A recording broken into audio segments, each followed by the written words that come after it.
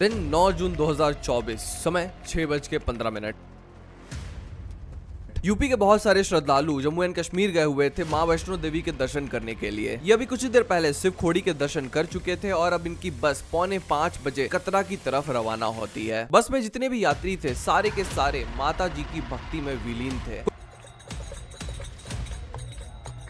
कोई माता जी का भजन गा रहा था तो कोई जय माता जी बोलते हुए पूरे रास्ते भर आ रहा था। बस में बहुत ही ज्यादा खुशी और भक्ति का माहौल था और इसी बीच ये 53 सीटर बस 6:15 पर रेसाई पहुंचती है। सामने एक मोड़ था तो बस का ड्राइवर ये मोड़ को देखकर अपनी बस को स्लो करता है ताकि मोड़ पर आसानी से बस मुड़ सके। जैसे ही बस ड्राइवर अपनी बस को लेकर मोड़ पर पहुंचता है, रोड में उससे कुछ लोग सामने खड़े हुए देखते हैं, जिसे देखकर ड्राइवर घबरा जाता है। ड्राइवर जैसे ही कुछ कर पाता है वैसे ही ये जो रोड में लोग खड़े थे ये बस के ऊपर गोलीबारी करने लगते हैं। एक गोली सीधे आके ड्राइवर को लग जाती है, जिससे ड्राइवर बस का कंट्रोल खो देता है, जिसके वजह से बस खाई में जाके गिर जाती है। अभी तक बस के अंदर जितने भी लोग हैं उनको कुछ नहीं पता था कि बाहर हो क्या रहा है। आखिर बस अब खाई में गिर चुकी थी। बस में जितने भी लोग थे बहुत सारे लोग उनमें से बेहोश हो चुके थे। किसी को भी पता नहीं था कि आखिर अभी हुआ क्या है। इसी बीच बस में जितने भी लोग थे वो सारे लोग चुप हो जाते हैं, क्योंकि जो लोग बस के ऊपर पहले गोली चलाए थे वो अभी भी ऊपर से बस के ऊपर लगातार फायरिंग किए जा रहे थे। वो ये चाहते थे कि इस बस में कोई भी ना बचे और इस बस वाले ये दिखाना चाहते थे कि बस के अंदर सब लोग मर चुके हैं। इनकी मजबूरी थी चुप रहना, लेकिन आपकी क्या मजबूरी है? आपको किस मजबूरी ने रोक रखा है अपनी आवाज उठाने से? आप आज अपनी आवाज नहीं उठाओगे तो जब अपने पे आ जाएगी तब उठाओगे क्या? भारत में इस समय बहुत ही खुशी का माहौल था। मोदी सरकार एक बार फिर से पावर में आने वाली थी और 7:30 बजे मोदी जी का शपथ ग्रहण समारोह था। पूरे देशवासी इस समय का बहुत ही खुशी से इंतजार कर रहे थे और किसी को भी पता नहीं था कि अभी जम्मू एंड कश्मीर में हुआ क्या है। एक तरफ भारतवासी बहुत ज्यादा खुश थे, वहीं दूसरी तरफ जम्मू एंड कश्मीर के रेसाई में बहुत सारे लोग अपनी जान के लिए लड़ रहे थे। समय बीतता है and when the dust settle down हमें यह देखने को मिलता है कि इस बस में 10 लोग अपनी जान गंवा चुके हैं और 33 लोग से भी ज्यादा जख्मी हो चुके हैं। जम्मू एंड कश्मीर में एक बार फिर से बहुत बड़ा टेररिस्ट अटैक हो चुका था और अगले सुबह आते ही ऑल आईज ऑन रेसाई करके एक एआई इमेज फिर से सोशल मीडिया पे ट्रेंड करने लगती है। इस दिन के बाद से लगातार हर दिन जम्मू एंड कश्मीर में हमें कोई ना कोई टेररिस्ट अटैक देखने को मिला ही है, चाहे वो कठुआ हो या डोडा। हर जगह पे टेररिस्ट अटैक एक के बाद एक जम्मू एंड कश्मीर में हो रहे हैं। लेकिन ये आखिर हो क्या रहा है? क्या जम्मू एंड कश्मीर में एक बार फिर से टेररिज्म बढ़ने वाला है और इस टेररिज्म का भारत आखिर बदला कैसे ले सकता है? आइए देखते हैं। कश्मीर के कठुआ में सुरक्षा बल और आतंकियों के बीच में मुठभेड़ हुई है। Third terror attack in the Jammu region in the last 3 days. The incident shocked India.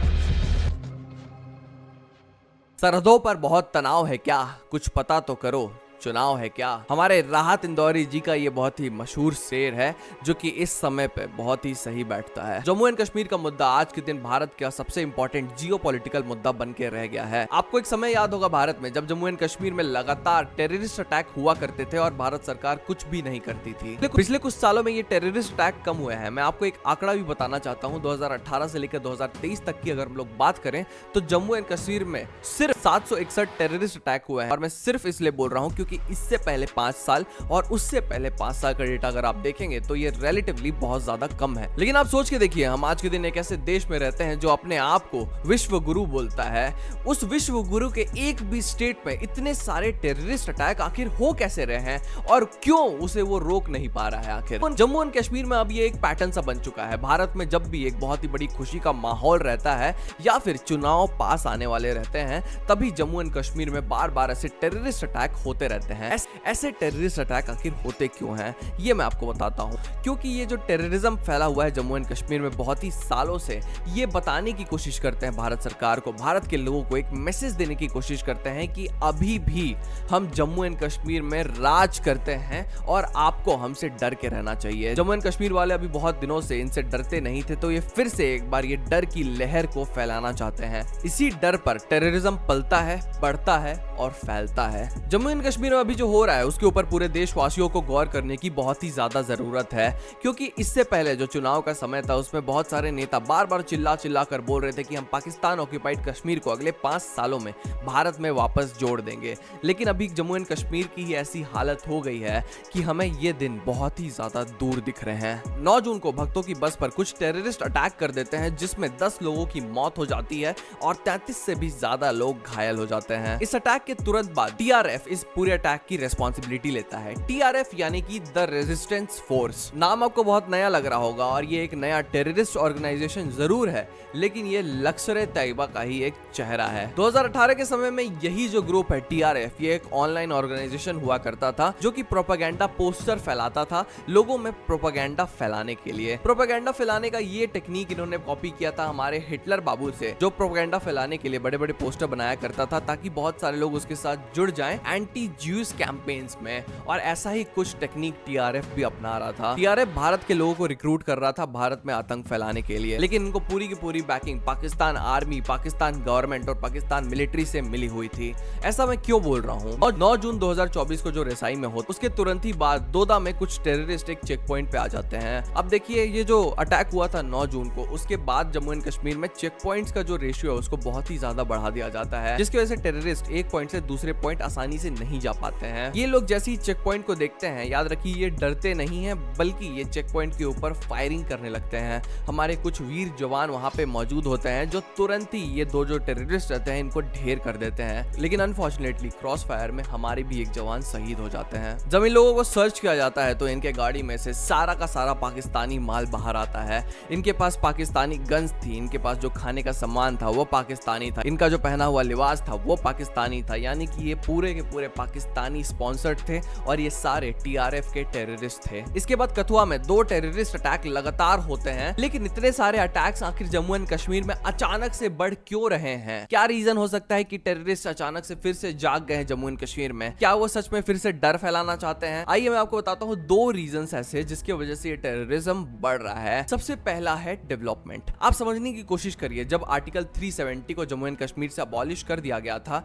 तो बहुत सारे नहीं, कुछ रीजंस जो हैं जम्मू एंड कश्मीर के वो बहुत ही तेजी से डेवलप करने लग रहे थे। जहां इस समय पे जम्मू एंड कश्मीर के लोगों को लगता था कि भारत की जो गवर्नमेंट है वो उनको साइडलाइन कर देती है, उनके ऊपर ध्यान नहीं देती है, वहीं आज के दिन जम्मू एंड कश्मीर में जितने भी बिजनेसेस हैं वो बूम कर रहे हैं। पाकिस्तान को डर है ये चीज देखकर कि भारत में जो कश्मीर है वो इतना तेजी से डेवलप करने लग रहा है। उनको इस बात का भी डर है कि पाकिस्तान ऑक्यूपाइड कश्मीर में जितने लोग रहते हैं वो इस चीज को देख रहे हैं और कहीं ना कहीं वो खुद पाकिस्तान के खिलाफ रिवॉल्ट करना ना शुरू कर दें कि हमें भारत के साथ वापस जुड़ना है। पाकिस्तान को इस बात का भी डर है कि पाकिस्तान के लोग भी भारत को देख रहे हैं कि भारत इतना तेजी से डेवलप कर रहा है, वहीं दूसरी तरफ पाकिस्तान की जो इकोनॉमी है वो तुरंत ही सिंक करते जा रही है। ये चीज लोगों के अंदर एक ऐसा भाव पैदा कर देती है कि वो एक ऐसे देश से फिर से जुड़ना चाहेंगे जिसका वो पहले हिस्सा रह चुके थे। इस चीज से डरता है पाकिस्तान, तो एक बार फिर से जम्मू एंड कश्मीर में डर फैलाने के लिए ताकि डेवलपमेंट रुक जाए जम्मू एंड कश्मीर का,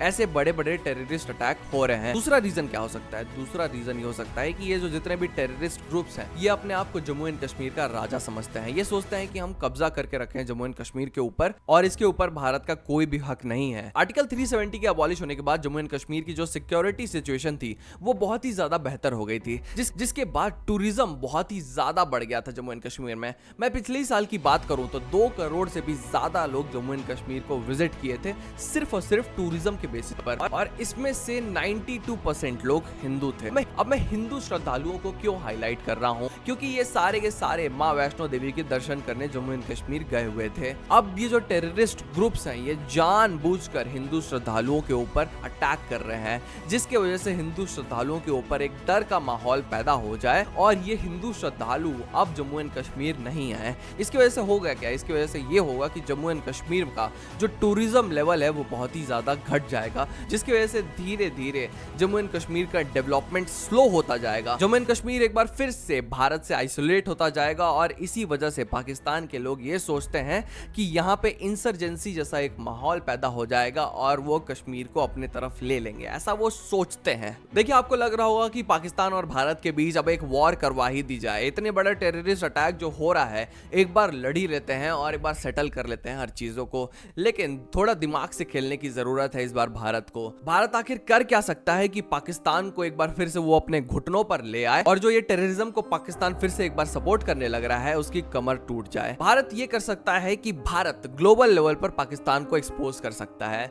ऐसा पहले भी हो चुका है, आपको याद रखना है। पाकिस्तान को बार बार ग्लोबल लेवल पर एक्सपोज कर दिया गया है ये बोलते हुए कि पाकिस्तान डायरेक्ट टेररिज्म को स्पॉन्सर करता है और इसके वजह से पाकिस्तान के ऊपर बड़े बड़े सैंक्शंस पास्ट में लग चुके हैं। और अगर इस बार भी भारत ग्लोबल लेवल पर पाकिस्तान को एक्सपोज करता है सबूत दिखाकर कि इस टेररिज्म को भारत में पाकिस्तान ने स्पॉन्सर किया था, तो एक बार फिर से पाकिस्तान के ऊपर बड़े बड़े सैंक्शंस लग सकते हैं। अब बड़े बड़े सैंक्शंस लगने का नतीजा ये रहेगा कि आज के दिन जो पाकिस्तान की इकोनॉमी डूब चुकी है पूरा, वहां के लोग 2 समय की रोटी के लिए परेशान हो चुके हैं, लोग पैदल चलने लग रहे हैं क्योंकि पेट्रोल इतना ज्यादा महंगा हो चुका है, वो लोग सीधे सीधे सड़क पे आ जाएंगे। उनके पास पैसा नहीं बचेगा, उनके पास खाने के लिए कुछ नहीं बचेगी। पाकिस्तान के पास टेररिज्म को स्पॉन्सर करने के लिए 1 रुपए भी नहीं बचेगा और ये बहुत ही ज्यादा स्मार्ट मूव रहेगा अगर भारत ये चलता है तो। दूसरा मूव क्या चल सकता है भारत? दूसरा मूव ये चल सकता है कि भारत एक स्ट्रॉन्ग स्टेप ले फिर से एक बार। आपको सर्जिकल स्ट्राइक याद होगी, जब भारत में पुलवामा अटैक हुआ था उसके बाद तुरंत ही सर्जिकल स्ट्राइक की गई थी जिसके वजह से बहुत सारे टेररिस्ट मर गए थे पाकिस्तान में और पाकिस्तान ये एक्सेप्ट करने के लिए तैयार नहीं था कि हमारे साथ ऐसा हुआ है। अब भारत ने वो लाइन क्रॉस कर दी है एक बार, मतलब भारत के लिए बार बार उस लाइन को क्रॉस करना आम बन सकता है। जैसे ही ऐसे अटैक्स होते हैं जम्मू एंड कश्मीर में, हर बार भारत को जरूरत है एक बार सर्जिकल स्ट्राइक हो पाकिस्तान में, इवन पाकिस्तान ऑक्यूपाइड कश्मीर में, और ऐसे जो टेररिस्ट कैंप्स हैं वहां पे उसे तुरंत ही डिस्ट्रॉय कर दिया जाए जिसके वजह से एक डर का माहौल पैदा हो जाए इन टेररिस्टों के बीच में। जिस डर को टेररिस्ट टेररिज्म फैलाने के लिए यूज करते हैं उसी डर को टेररिस्ट के अगेंस्ट यूज किया जाए, ये भारत के लिए एक बहुत ही बड़ी बात रहेगी। जम्मू एंड कश्मीर में अभी जो भी हो रहा है बहुत ही ज्यादा खौफनाक है। भारत की जो गवर्नमेंट है उसे एक बहुत ही स्ट्रॉन्ग स्टेप लेने की जरूरत है क्योंकि ये तीसरा बार है जब मोदी सरकार भारत में आई है और वो फिर भी जम्मू एंड कश्मीर से टेररिज्म खत्म नहीं कर पाई है। उन्होंने आर्टिकल 370 को अबॉलिश जरूर कर दिया है, लेकिन जैसे आपके स्टेट में एक भी टेररिस्ट अटैक हो रहे हैं तो वो क्यों हो रहे हैं ये जानना बहुत बड़ी बात है और उसको टैकल करना बहुत ही ज्यादा इंपॉर्टेंट हो जाता है। अगर ऐसे ही बार बार terrorist attack Jammu and Kashmir में होने लगेंगे तो जो जम्मू एंड कश्मीर में लोग रहते हैं उनका क्या हाल होगा, आप एक बार सोच के देख सकते हैं। आज के दिन भी जो जम्मू एंड कश्मीर में लोग रहते हैं वो बहुत ही ज्यादा डर के रहते हैं, उनको पता नहीं रहता है कि कल क्या होने वाला है। और अगर भारत सरकार उनको सपोर्ट करती है और एक बड़ा स्टेप फिर से लेती है तो जम्मू एंड कश्मीर के जो लोग हैं उनमें वो दम, वो विश्वास फिर से एक बार वापस आ जाएगा। पाकिस्तान की कमर तोड़ने के लिए अब भारत को सीधा सीधा पाकिस्तान आर्मी से भी बात करने की बहुत ज्यादा जरूरत है क्योंकि पाकिस्तान की जो गवर्नमेंट है उनके हाथ में तो जीरो पावर है, वो कुछ नहीं कर सकते हैं, वो क्या ही करेंगे, वो खुद आर्मी के दम पर चलते हैं।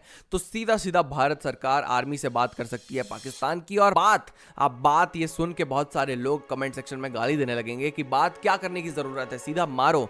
जी नहीं, आप बात करो पहले। अगर पाकिस्तान ऐसा टेररिज्म फिर से करता है तो तब मारो, तब आप फिर से सर्जिकल स्ट्राइक करो पाकिस्तान के ऊपर और पाकिस्तान की आर्मी को आप संदेश दे दो पहले ही कि अगर फिर से भारत में ऐसा टेररिज्म होता है आपकी तरफ से तो हम सीधा सीधा आपको बोलेंगे कि आपने ये करवाया है। क्योंकि टेररिस्ट भारत में आ तो कहीं से रहे हैं, एलओसी से आ रहे हैं। वो अगर इंडिया वाले उसे पकड़ नहीं पाते हैं तो ऐसा थोड़ी है कि पाकिस्तान वाले भी उसे पकड़ नहीं पाएंगे। पाकिस्तान वाले ऐसे टेररिस्ट को जाने देते हैं कि जाओ भाई भारत जाओ। पाकिस्तान की आर्मी को इसकी रिस्पॉन्सिबिलिटी लेने की बहुत ही ज्यादा जरूरत है जिसके वजह से कहीं ना कहीं ये देखने को मिलेगा कि दोनों स्टेट में सॉलिडारिटी बढ़ेगी। अगर पाकिस्तान आर्मी इस टेररिज्म को स्पॉन्सर नहीं करती है तो वो ये स्टेप लेने के लिए 2 बार सोचेगी भी नहीं क्योंकि उन्हें पता है हम टेररिज्म स्पॉन्सर करते ही नहीं। हम जितने भी टेररिस्ट हमारे यहाँ से जाते रहेंगे, ये जो एलओसी उसके नीचे से हम उसे तुरंत पकड़ देंगे और भारत सरकार को सौंप देंगे वो कि ये टेररिस्ट भारत में घुसने की कोशिश कर रहे थे। ऐसा अगर पाकिस्तान की आर्मी करती है तो दोनों देश में मेरे हिसाब से